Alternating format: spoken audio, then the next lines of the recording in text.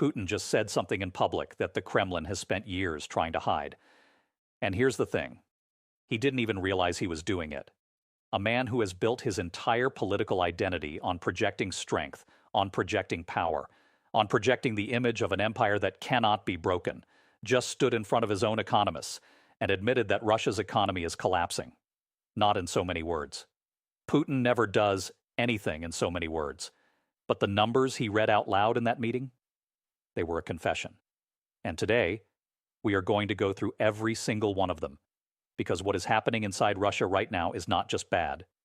It is the kind of bad that doesn't go away in a generation. We are talking about a country that is sliding sector by sector into an economic death spiral that its own think tanks are struggling to put a positive spin on. And the most damning part, not even ending the Ukraine war is going to fix it. Stay with me. Because by the end of this, you will understand exactly why Russia is facing something that could take 100 years to recover from, and why Putin himself is the reason that's never going to change. Let's start with what Putin actually said, because the moment itself tells you everything. Vladimir Putin was sitting in a meeting on economic issues, which right off the bat is a sign that things are bad, because Putin doesn't call those kinds of meetings when everything is going smoothly. And during that meeting, he made an announcement. He said, and I'm quoting directly from Interfax here, statistics show that economic growth has, unfortunately, been declining for 2 months in a row. Overall, GDP contracted by 1.8% between January and February. He also acknowledged that manufacturing, industrial production, and construction, which is a systemically important sector, his words, all suffered losses. Now, take a second to appreciate what just happened there. This is Vladimir Putin, a man who has spent over 4 years insisting that Western sanctions are barely a nuisance, that Russia is thriving, that the war economy he built is actually strengthening the country. And here he is, sitting in a room full of economists, reading out statistics that prove the opposite. A 1.8% GDP contraction in just 2 months. That's not a blip. That's not a seasonal fluctuation. That is a country moving backwards. And here is what makes that number even worse than it sounds on the surface. Russia's GDP only grew by 1% in all of 2025. That's already a massive slowdown from the 4% to nearly 5% growth it had recorded in the 2 years before that. So when we talk about a 1.8% contraction in January and February of 2026, we're not comparing that to a period of strong growth. We're comparing it to a period of already weakened growth. Russia's economy was already limping, and now it's limping with a broken leg. But wait, it gets better. Or worse, depending on which side of this you're on. Russia's central bank put out a forecast saying that GDP growth for the first quarter of 2026 would be around 1.6%. Okay, at least that's positive, right? Sure. Except the Russian Academy of Sciences, which is, an actual scientific institution and not a central bank with a political boss to answer to, said the first quarter of 2026 will actually see a year-on-year decline of 1.5%. That's a gap of over 3 percentage points between what Russia's central bank is claiming and what independent Russian scientists are projecting. Somebody is cooking the books. Somebody is massaging the numbers. And I will let you figure out for yourself who has a stronger motivation to make Putin feel good about what is happening to his economy. Now let's talk about how Putin responded to all of this, because this is where the cope, and I'm sorry, there's no better word for it, this is where the cope becomes absolutely extraordinary. Putin did not stand up and say, yeah, the war I started is destroying our economy, and we need to course correct. Of course he didn't. Instead, he called on his economists to explain why the numbers are, and I want to make sure I get this right, below the expectations of not only experts and analysts, but also the government's own forecasts and those of the central bank. He basically said, somebody explained to me why everything I was told would happen didn't happen. That's not leadership. That's a man in a burning building asking why it's so warm in here. And then, this is the part that I genuinely cannot get over.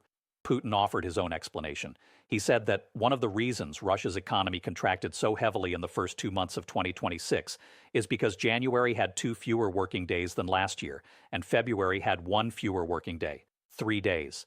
Putin is telling you that the reason his economy is in freefall is because Russia had 3 fewer working days.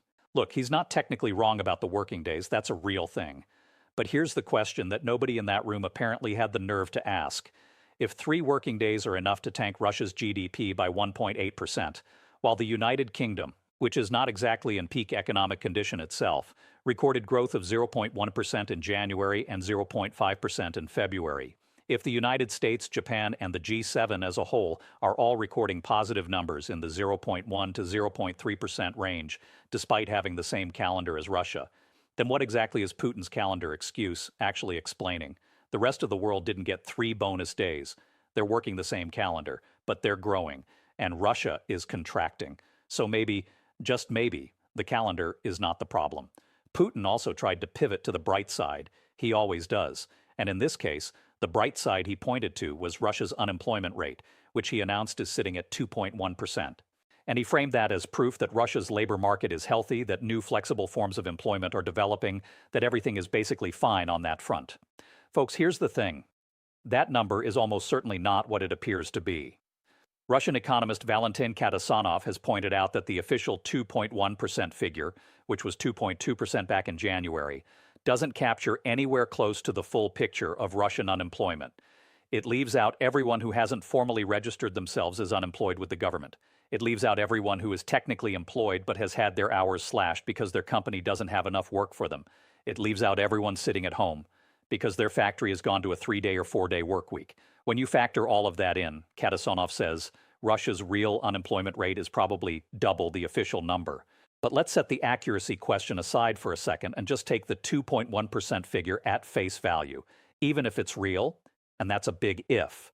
A 2.1% unemployment rate in Russia is not good news. It is actually a massive warning sign, and here is why.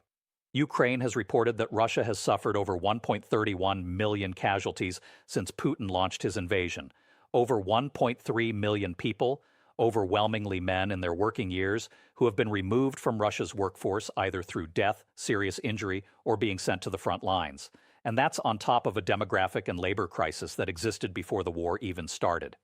The American Foreign Policy Council noted that before a single shot was fired in Ukraine, Russia needed to absorb 550,000 migrants per year just to keep its population from shrinking.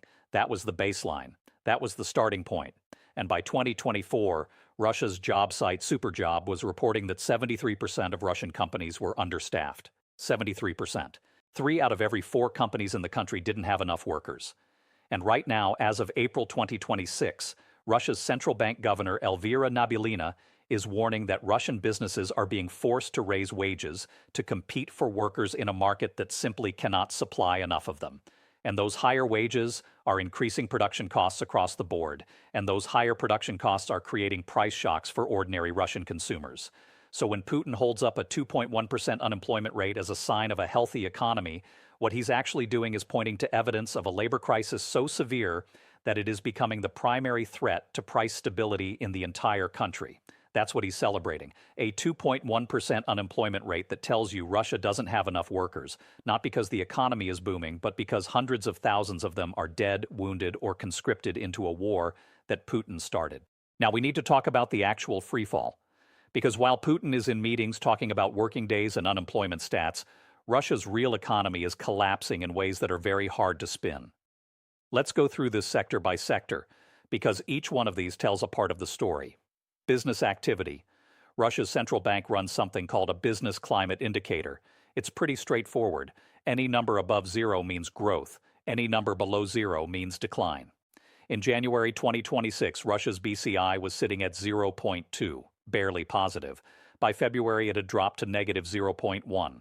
The central bank has also recorded a sharp decline in business revenues across most of Russia's industries in the first quarter of 2026, and the data shows that decline getting worse with each passing month of the year. That's not a plateau, that's a slide. Construction, this is a big one, because construction has historically been one of the backbones of Russia's domestic economy. In January 2026, construction output fell 16% year on year. In February, it fell another 14%. And this isn't surprising when you look at what happened to investment. Fixed capital investment in Russia fell 5.3% in the fourth quarter of 2025. When you stop investing in building things, the people who build things stop having work. Simple as that. Manufacturing. Russia's manufacturing output fell 2.9% year on year in the first 2 months of 2026. Not a massive number on its own, but combined with everything else happening across every other sector simultaneously, it paints a picture of an economy-wide slowdown that has no obvious floor. Transport. Russia's cargo turnover of commercial transport in February 2026 dropped to 430.3 billion ton kilometers. To put that in context, that is the lowest that number has been since 2020. Since the height of the COVID-19 pandemic, things were moving more goods around Russia when the entire world was locked down than they are right now. Let that sink in. Retail, stagnant, and wage growth, which was running at 13.5% across all of 2025, dropped to 8% in February 2026. Still positive, but falling fast. What does all of this add up to? It means Russian businesses are simultaneously dealing with a labor shortage that's forcing wages up, falling revenues that are cutting into their ability to pay those wages, declining investment that's preventing them from modernizing or expanding, and shrinking demand from consumers who are getting squeezed by rising prices. That is not one problem. That is four problems feeding into each other simultaneously. And the businesses are responding the only way they can. Desperate measures. Multiple factories across Russia have moved to 3-day work weeks. Kartex, which makes mining excavators, has already put 38% of its workforce on reduced hours. In the Leningrad region alone, 8 enterprises have stopped production entirely, with another 16 cutting their schedules. Russia's 2 largest vehicle manufacturers, Avtovaz and Kamaz, have had to halt production and cut working hours respectively. Kamaz in particular dropped to a 4-day workweek, which mirrors a move it already tried in the summer of 2025. And back in November, Uralvagonzavod, Russia's tank manufacturer, announced mass layoffs that cut staff in some of its units by 50%. A tank factory, laying off half its workers in the middle of a war. These are not the kinds of decisions healthy businesses make. These are the kinds of decisions businesses make when orders have dried up, when revenue is collapsing, and when the alternative to cutting hours and staff is closing entirely. Now let's talk money, federal budget money, because this is where all of those sector-by-sector problems turn into a national financial crisis. Russia has been taxing its non-oil and gas companies aggressively to try to cover its war spending. Value-added tax is up. Excise taxes are up. Several other taxes have been raised, and despite all of that pressure, Russia only managed to pull in about 7% more revenue from non-energy businesses in the first quarter of 2026. Meanwhile, federal spending jumped by 17%. The result of that gap is a budget deficit of 4.58 trillion rubles. That's roughly $60 billion.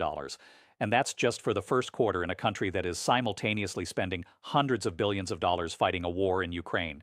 And then there's the energy side of the equation, which is where things get really serious. Energy is the cornerstone of Russia's economic model. The Oxford Institute for Energy Studies says that taxation on Russia's oil and gas companies typically generates between 30% and 50% of all federal budget revenues. The energy industry as a whole accounts for about 20% of Russia's GDP. When energy is strong, Russia can function. When energy is weak, everything falls apart.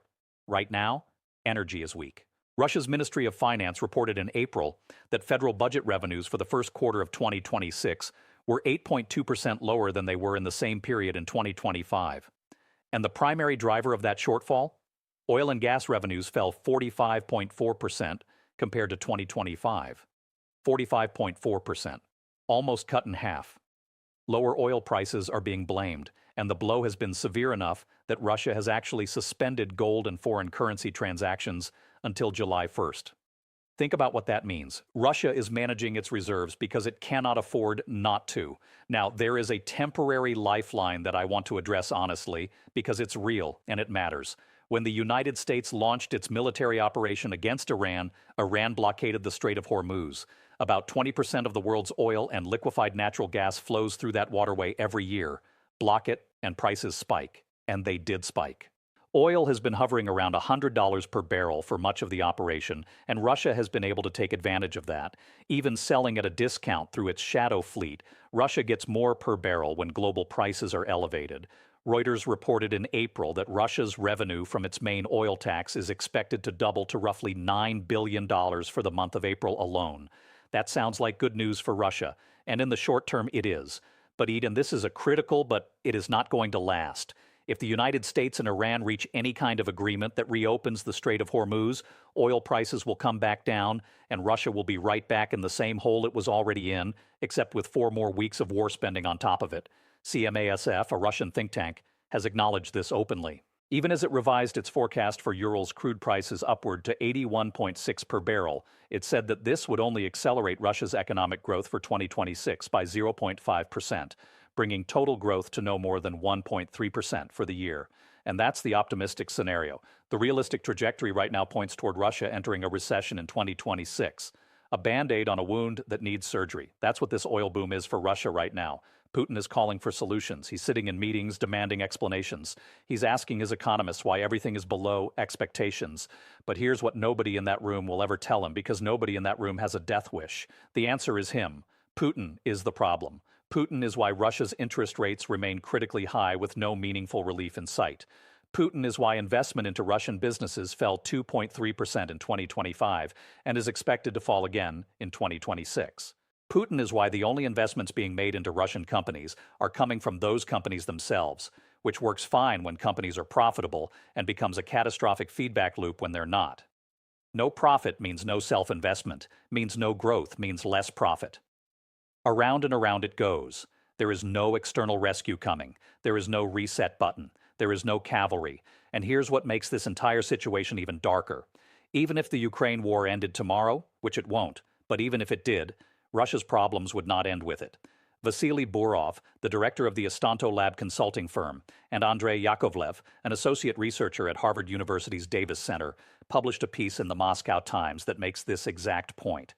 They write that Russia's structural problems started long before 2022, long before the first tank crossed the Ukrainian border.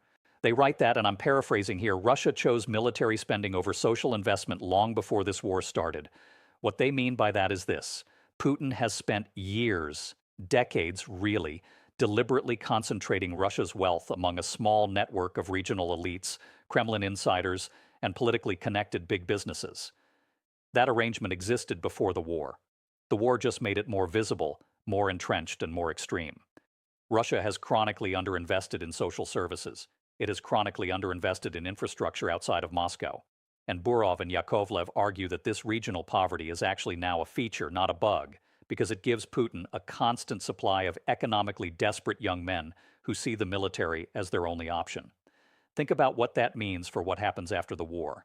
If the war ended, Putin's system would still be intact.